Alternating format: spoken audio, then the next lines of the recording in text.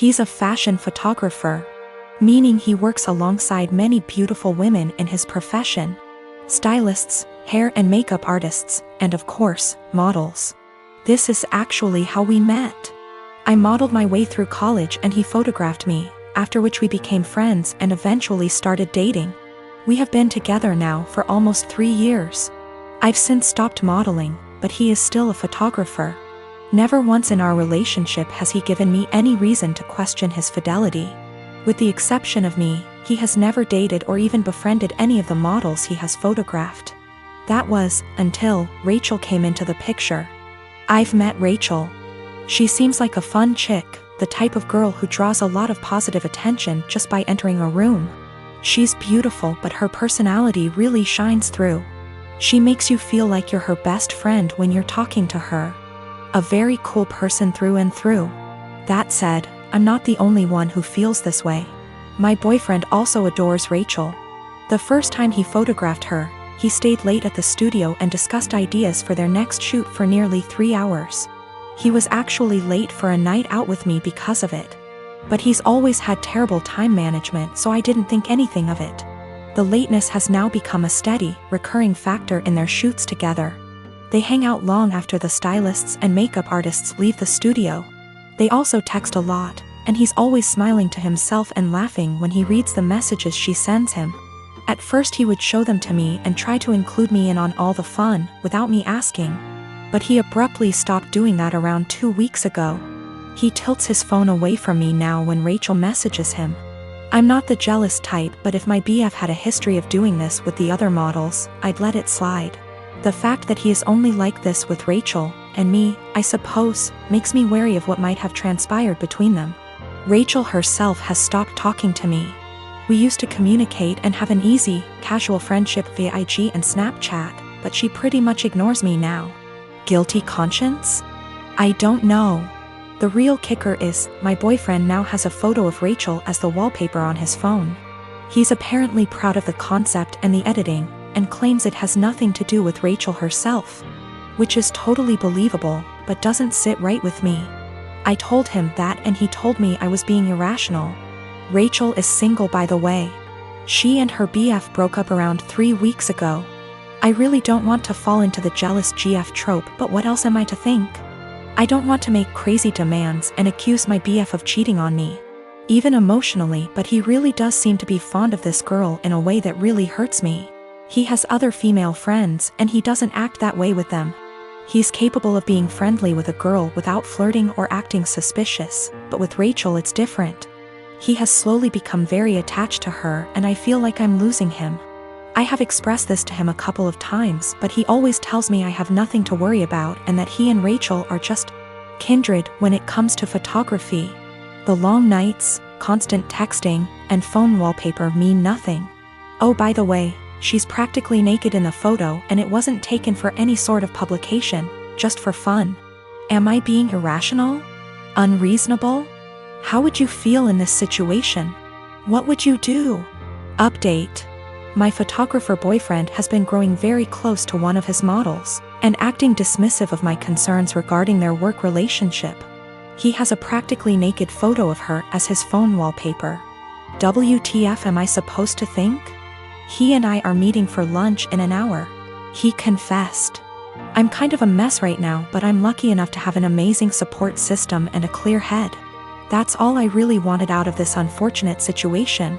My boyfriend, ex-boyfriend, has never taken nude or even partially nude photos of me. Although I modeled in high school and university, my primary focus has always been stage acting. He took my headshots. That's how we met. Not that it really changes anything. Just a bit of insight, I guess. When we were younger and when the relationship was newer, I would accompany him to his shoots all the time. But my own career is very time-consuming nowadays. I know of multiple model/photographer relationships where they accompany each other to every shoot. And I've nothing against doing that, but I personally would rather just trust that my SO is on their best behavior. Obviously what happened here kind of squashes that, but I stand by it. If I have to be there in order to make sure my SO faithful, chances are they'll find other ways to cheat. Okay, now for the good stuff, or I guess, the bad stuff. I met him for lunch Friday afternoon. We went to our favorite sushi joint overlooking the ocean, and I ordered more than I could handle, stuffing my face while trying to decide how to broach the topic of Rachel, but most importantly, our relationship. I went into that meeting with a righteous, ass-kicking speech prepared, but I forgot every word of it almost immediately after we sat down. I guess he could tell there was something on my mind, because he asked me if I was all right, if he had done anything to upset me. Snorts. Yes, Ian, you've upset me very much, actually. As soon as I gathered the confidence to look him in the eyes, I point blank asked him, "What's going on between you and Rachel?" His mouth flew open as if he were completely and utterly taken aback by the implication, but I cut him off with, "Do not bullshit me." I tried my best not to let anger get the best of me. I really did. I wanted to stay cool, calm, and collected like so many women on this sub. You know the ones. Those intense stories of cheating husbands wherein the wife takes to relationships, garners a ton of support, and then updates us later with a well-constructed storybook post detailing the evidence she has collected against him and the meeting she had with her uncle or sibling, who just so happens to be a divorce lawyer. Yeah, I'm not a badass like that. I wish I were. But I'm honestly just an overly emotional doormat, and I knew going into this meeting that I was either going to cry or gouge his eyes out with my mind. Because I had somewhere to be later, I took a hard left and got super angry.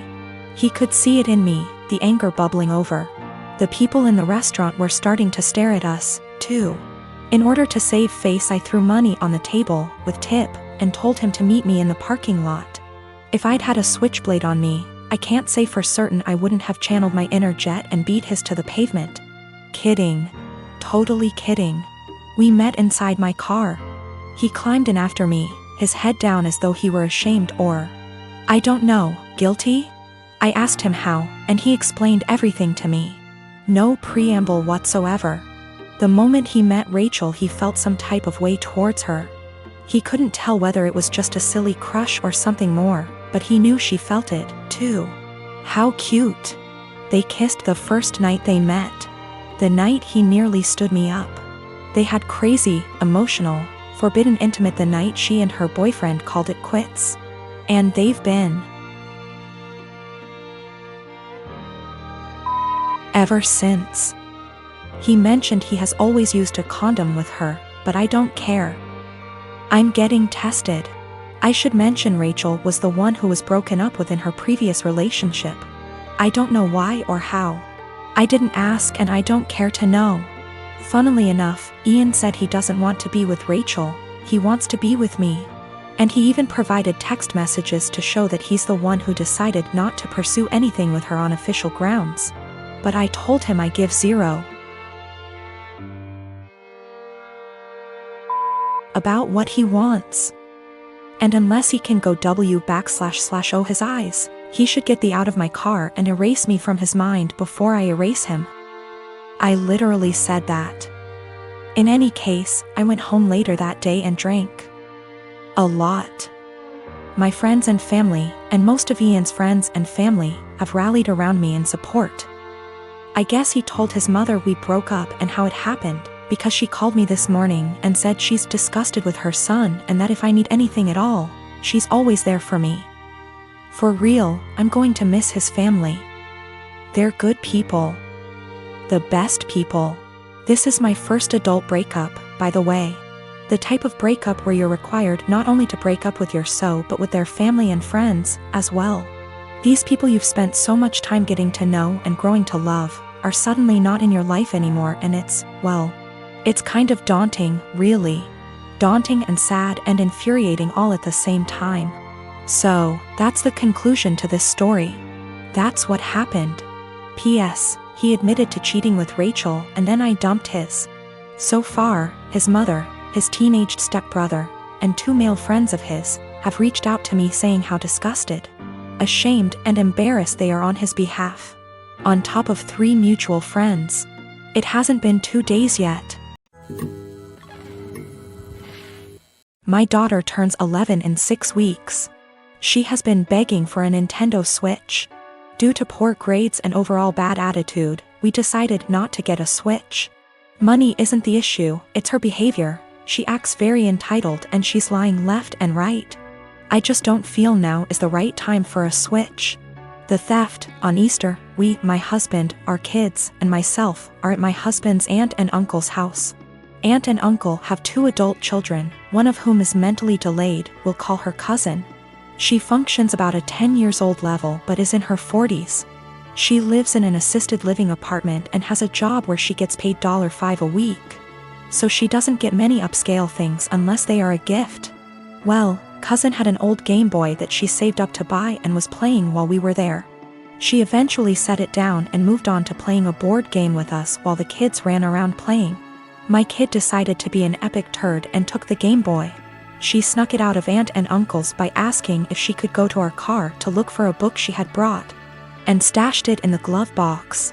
She proceeded to hide the fact that she had the Game Boy for several days, even after being asked where she last saw it. Her opening to come clean when aunt and uncle called and asked if we had seen where cousin might have left it. Due to cousin's challenges, she was utterly distraught over her missing Game Boy. It's one of the few forms of entertainment she has, and she worked hard to have it. I'm disappointed about the thievery, but I'm even more upset over my kid's attitude about being caught. I only found out about it because her sisters ratted her out. Even then she absolutely refused to tell me the truth and tried to pin it on her sisters. It wasn't until I sat there and thought about it that I knew she was lying to me. Once I told her I knew it had to be her because of XYZ did she finally confess. Her behavior only got worse from there. She refused to apologize when uncle and cousin came by to get the Game Boy, and had the balls to act like SHE was the one being wronged. I feel like I need to drop the hammer on her and send the message home that stealing is not okay. I think that purchasing the Switch, with my daughter's help from money she would earn by doing extra chores, and having her give it to cousin might be a good way to deliver that message while simultaneously giving cousin a nice upgrade to make amends. I mentioned this to a friend and they said this would be a move because birthday. I don't really think that matters, but the comment was enough to make me question myself.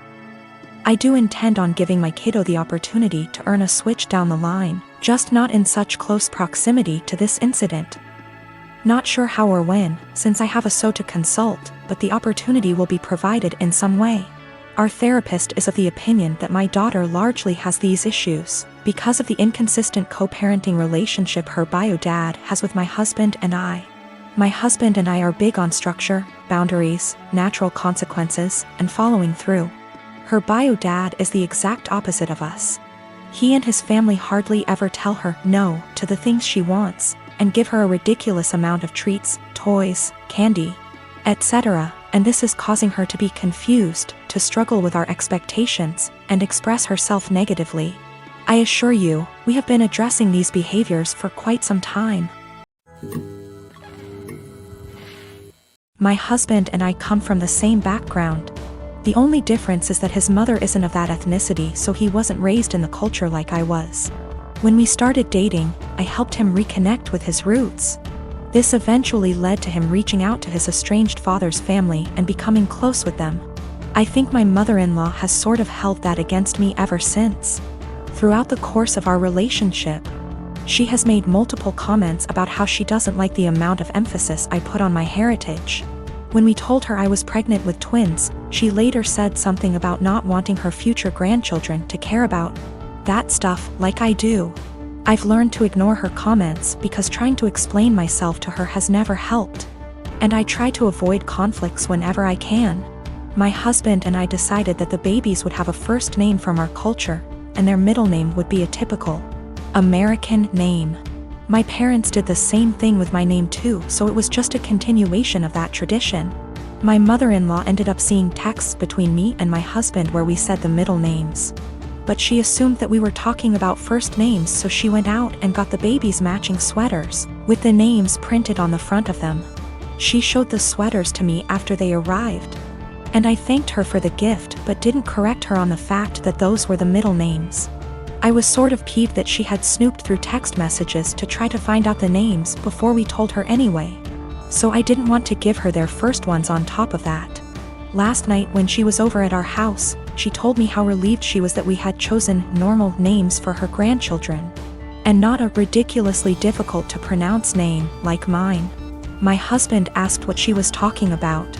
She repeated herself, and he told her that actually, the babies did have names just like mine, and he expected her to learn to say them. She brought up the text messages and the sweaters she bought, and then my husband explained our plan for their names. She got really pissed at me after that. Said I let her look like a fool for accepting the sweaters instead of telling her the actual names, which we still haven't shared with her, and that she'd be calling them by their middle names since that's what she knows them as now. My husband ended up asking her to leave. And after she was gone, he said he wasn't upset at me or anything, but that he thinks I should have just told her she had the wrong info, instead of lying. I'm a student. I have a student bank account, where my college gives me money for transport when we had physical classes, or scholarship. These kind of bank accounts have no fees, but are age restricted, can't have one if you're over 25, and need an overseer. When I asked the bank about it, they told me it's just a security thing, so I chosen mom because she's more tech savvy than dad. Well, through some incredible luck, I managed to get only top grades last year, so I was awarded a study scholarship. Great! I've been saving it up, looking forward to Worldwide Black Friday, eyeing an amazing drawing tablet. I do digital art on very old intros. The tablet I was eyeing is as big as my monitor. Is a display one and all around amazing. Black Friday rolls in, and Amazon, closest to me, has it in stock at an amazing price. A price I could afford. I was so damn happy, I ordered it. Then I got a notice that the bank refused the card. I emailed Amazon, their customer service is so fast, and we went over the card details and such, making sure it was all right. It was, and they advised me to call my bank. It was odd, I had bought things online in the past with this card and it went through. I had enough money for it, even extra, so I thought maybe they had technical difficulties.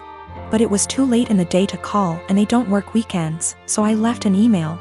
Only to find out today that for big transactions they ask for agreement from the overseer and that mine canceled the transfer. I was like WTF and confronted mom about it, who throughout the weekend acted oblivious. And she told me that of course she couldn't let me throw money on something I don't need, and that I wouldn't have money for Christmas presents if I bought that.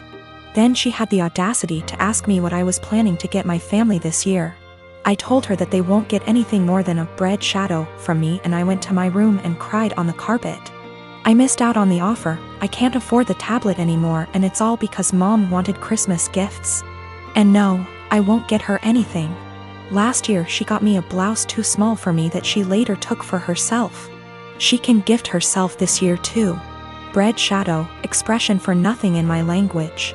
I'm going to make dad the overseer and also open an account at another bank, a normal one, and transfer the money in small amounts to that one so I don't bother dad with it. Also considering asking him just to be for form and the app to be on my phone so I'll be my own overseer. I am an adult in my country, I'm 20, going to be 21 in April. The law asks my parents to support me until I finish my studies, or at least until I'm 26. But I plan on moving out sooner. I'll do gift my sister and dad, they have nothing to do with the incident and I love them lots. I love mom too, but can't put up with her attitude any longer. Regarding what I'll give her, not sure yet. She didn't react like that because she got me the tablet already. It's not her character to get me something she can't use.